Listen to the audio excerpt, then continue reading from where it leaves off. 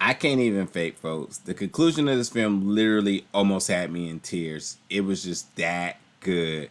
And I think without further ado, I think it's time to get to this review right now.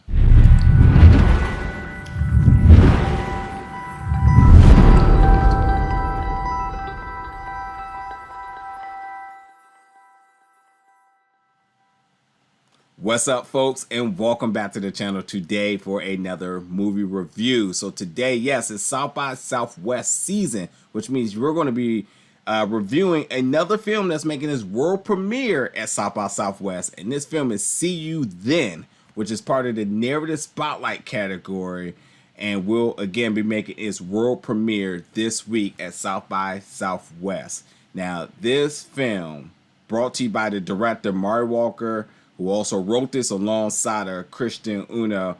What a beautiful story this was. There's no other way to put it. This is an absolutely beautiful story, and I'm gonna definitely get into things more specifically. But overall, this was just a fantastic story being told, and I did not know I was going to appreciate this film as much as I did just strictly off of reading the synopsis. I thought the film could be good, but I didn't know I was going to appreciate it the way I did. But essentially what's happening here, so you have Pooya Mohseni and Lynn Chen. Now, before I go any further, Lynn Chen is somebody that I've been a fan of about a year now after her performance in the film Go Back to China, which I reviewed last year. So when I found out that she was in this film, I was like, I have to see it. I loved her performance. I loved her performance in this as well, too. And I think her and Pooya performance is so energetic on screen. It is crazy. It's so good. It is really, really, really that good. But what's happening is that after a decade of abruptly breaking up, Naomi, who's played by Lynn, and Kris, who's played by Pooya, they decide to catch up on old times over dinner. And in doing so, because of their complicated relationship that they had, they talk about life, they talk about the relationship, they talk about their jobs, they talk about everything. And ultimately, they talk about Kris's transition. So there's a lot that's going on within the conversations and their night over dinner that ultimately lead to drinks and just more conversation. Now, before I go any further, I want to go back to Pooya for a second. Now, Pooya is a trans activist, and she speaks on women's rights, and she speaks on immigration. So she sheds light in the LGBT community, telling stories and bringing proper representation into the community.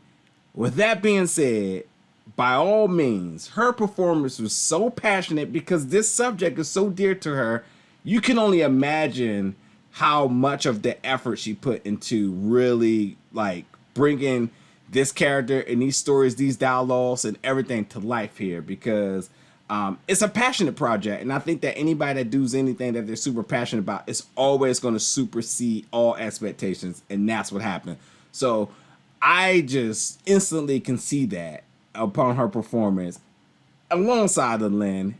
And I'm telling you, the two of them, because the cast is only but like a few people, the two of them absolutely carry this movie with no problem, because you're getting all types of deep and real emotional, like all types of emotions going on. And that's the final act. Like, I'm trying to tell you, it really, really gets deep, and they hold each other accountable. So, I mean, they're telling the truth about everything. There are no cut cards. They're getting strict to the points with things, and it gets brutal. But some of the things, you know, they need to be said to kind of release one another, because again, you have two people that had a relationship that abruptly just dissolved, and this is pretty much rehashing some of those conversations that was never had. And I think that anybody who could ever resonate with such knows what it is when you leave something and you don't get your closure, and then when you do get your closure, just that moment of how it feels and whatnot. But along with that being said too, like, you have ex-lovers catching up over many years over drinks and dinner. You know how this night potentially can go, and I was not wrong about it at all. You if you've ever been in this situation, you know how it could possibly go, because they're talking about life, family, work, dating, sex, all forms of nostalgia. So while it's all good, you know, eventually once the drinks start kicking in, things are going to start getting real. And I'm not saying about them eventually rehooking back up or anything. I'm just saying that, you know, the pain and some of the things that were never hashed out in the past, they come back to light, and these type of the conversations that are being had. With that being said, too, while there was a few supporting characters, they were actually really good too. There was one particular character in the very middle of this film that was super interesting, and for his minimum time on screen, I appreciated it. I don't like the character in itself, but the acting performance was absolutely noticeable. Notice why I'm talking about him.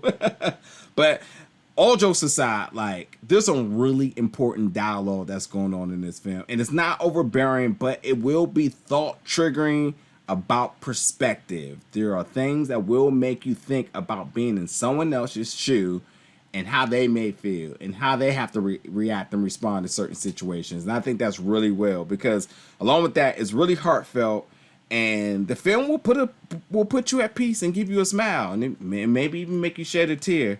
But you know, initially when I was like getting my thoughts together for this review, I wasn't even going to mention the cinematography, because I thought everything else was so good that it was really no point of mentioning it until the third act came. And the third act was so special because it displayed emotions without words, and the color shifts with the moods that were going on told the story strictly by the cinematography, which I thought was excellent. But with that being said too, like, being a male, I think that I appreciated this film, and this film is for everyone.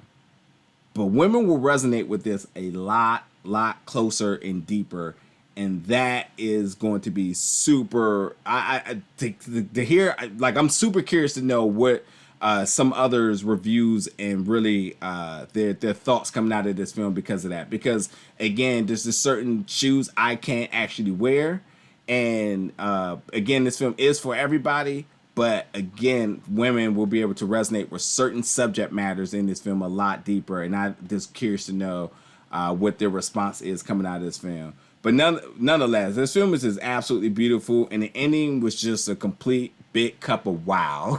Like, that's no other way I could put it. It was really all wrapped up. It was all wrapped together really well, and I just appreciate this film a lot. But again, you know, see you then. This is premiering at South by Southwest. This is a film I say look out for. Again, you know, much like I said about other South by Southwest reviews, obviously we don't know when the release dates are for the public, but this is one upon, you know, my review or anybody else's review that you definitely keep on your to look out for list, because I think this film really tells a really good story, and the performances in this are so passionate and so strong, so energetic, that it's definitely worth a check out. So, as always, folks, thank you so much for watching my review. We got more reviews coming real soon, so stay tuned.